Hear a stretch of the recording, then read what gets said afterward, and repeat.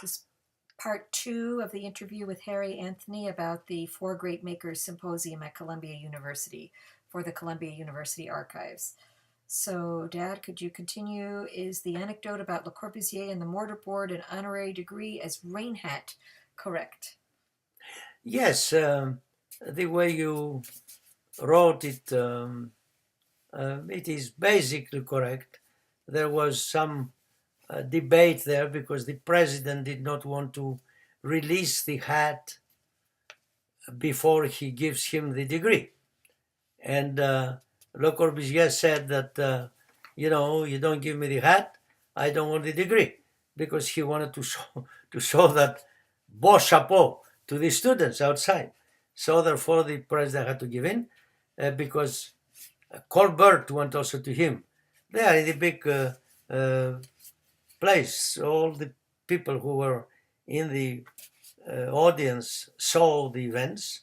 They saw something was going on. It was a little controversial. But Le Corbusier was very strong-headed. Well, so the president gave up. Maybe he may have expressed some insult even very, very quietly that only those of us who were very near overheard, but I don't want to repeat here. So, but he gave in, the president of the university, who considered it an affront against his authority.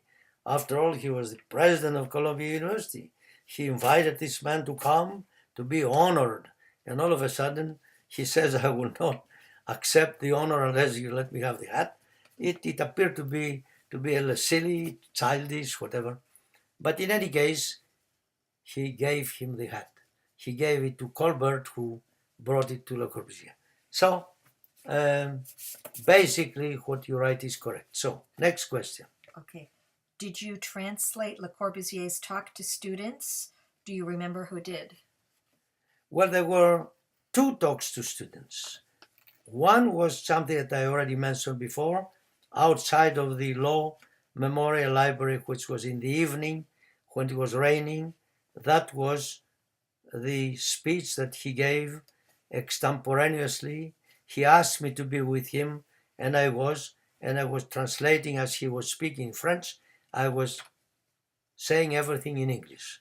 The whole thing maybe lasted 10 minutes, maybe a little less.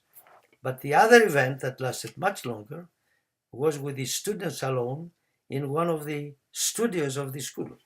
Up at the very top of the School of Architecture, our atelier, where all the students assembled and a lot of professors. In fact, if you have that photograph, I appear also there in the middle of the people sitting down, listening to Le Corbusier, who was making sketches on big sheets of paper, which the librarian collected later, all of them, to put in his library. But I'll show it. But if Here was the paper. Here was the. Okay, let me see this. To see it first. Yes, this is. I need to show it because it's going to be glary. Okay, keep talking. Well, I want to show where approximately. Well, let me hold this for a moment. This is a picture that was made at that time, and my eyes aren't very good. You're right here. But I think this person here is me.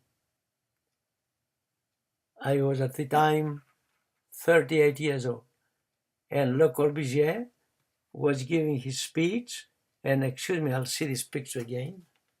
Yes, this person here, I show here with my finger, this person here was translating what he said at the atelier.